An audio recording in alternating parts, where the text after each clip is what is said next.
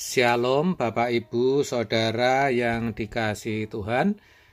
Seri pengajaran hari ini berjudul Roh Kudus Menyadarkan. Saudara, kedatangan atau kehadiran Roh Kudus yang diutus Tuhan ke dalam dunia ini sejatinya untuk menyadarkan. Demikianlah dituliskan dalam Yohanes 16 ayat 7 sampai 8. Namun benar yang kukatakan ini kepadamu adalah lebih berguna bagi kamu jika aku pergi.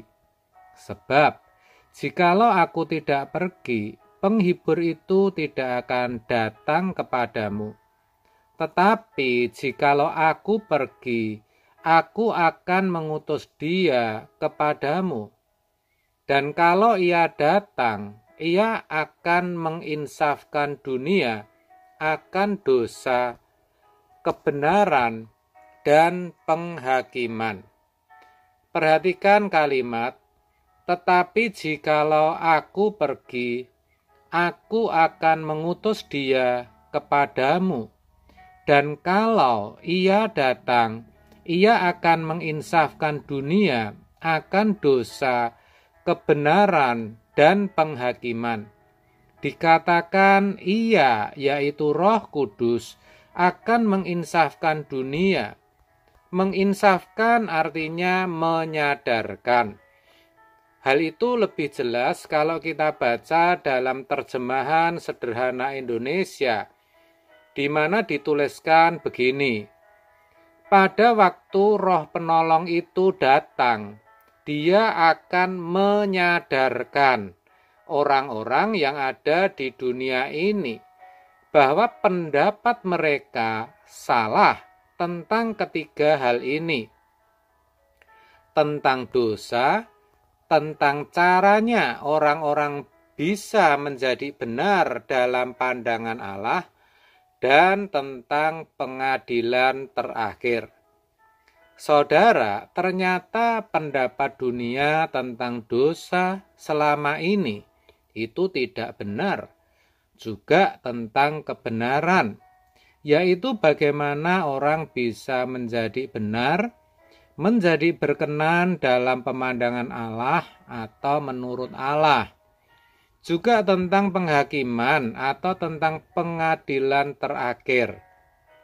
Dalam terjemahan Jawa lebih mengenal lagi, dikatakan dene yen rawuh panjenengane bakal ngelingake marang jagat yen kawruhe jagat bab dosa kuwi salah, semono uga kawruhe bab kersane Allah lan bab paukumane kuwi salah kabeh.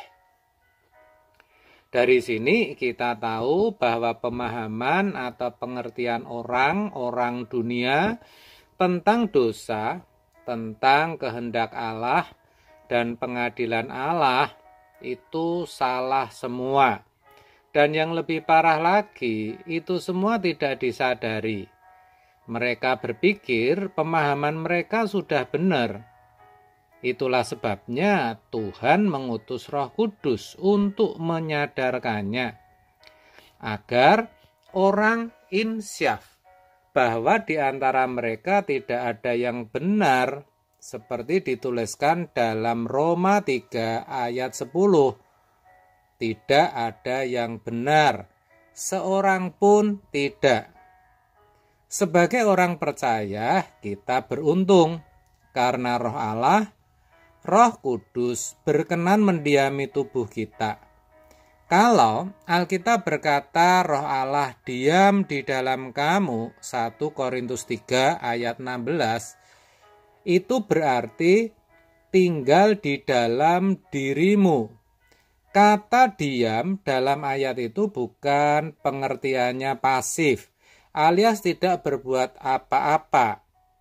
Tetapi yang benar, Roh Kudus itu aktif, bekerja terus-menerus, bahkan menyadarkan atau menginsafkan kita. supaya melalui pencerahan yang diberikan yaitu lewat firman, kita bisa mengerti betul, memahami dengan benar apa itu dosa, apa itu kehendak Allah, apa itu penghakiman. Kalau bicara menginsafkan atau menyadarkan, itu akan berhasil ketika ada kerjasama dari pribadi yang menyadarkan dan pihak lain, dalam hal ini orang percaya yang disadarkan. Tanpa begitu, maka upaya Roh Kudus, walaupun itu Roh Allah, tetap saja tidak bisa berhasil. Karena roh itu beda dengan daging yang selalu menuntut untuk dipenuhi.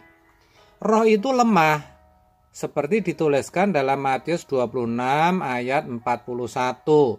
Roh memang penurut, tetapi daging lemah. Lemah artinya, maksud saya penurut artinya tidak memaksa untuk dituruti. Lah, banyak orang tidak mau bekerja sama dengan Roh Kudus. Tahu kalau Roh Kudus ada dalam dirinya. Tahu kalau Roh Kudus itu bekerja menginsafkan. Tetapi mereka kebanyakan tidak mau insaf, alias menolak karya Roh Kudus. Sebenarnya, ketika orang percaya tidak mau insaf, tidak mau sadar, tidak mau berubah, dan hidup menurut tuntunan Roh Kudus, sejatinya mereka sedang menolak Allah. Ini yang jarang disadari, bahkan sangat sulit disadari. Umumnya, kebanyakan orang percaya tidak peduli dengan kehadiran Roh Kudus dalam dirinya. Buktinya mereka nyaman-nyaman saja, bahkan merasa tidak bersalah, merasa wajar saja, padahal hidupnya masih dalam dosa, yang dilakukan masih kehendaknya sendiri. Hidup suka-suka dan tanpa memperhatikan pikiran dan perasaan Allah. Tubuhnya juga tidak dijaga. Makan minum seenaknya sendiri, asal mau makan, makan. Tidak pernah berpikir apakah makanan itu merusak tubuhnya atau tidak. Padahal tubuh yang rusak akan menjadi tempat yang tidak nyaman bagi Roh Allah untuk tinggal atau berdiam. Orang-orang yang seperti ini tanpa sadar sedang menolak kehadiran Tuhan dalam dirinya, dan akibatnya pasti mereka akan tidak dikenal Tuhan, akan binasa, saudara. Oleh sebab itu, jangan begitu.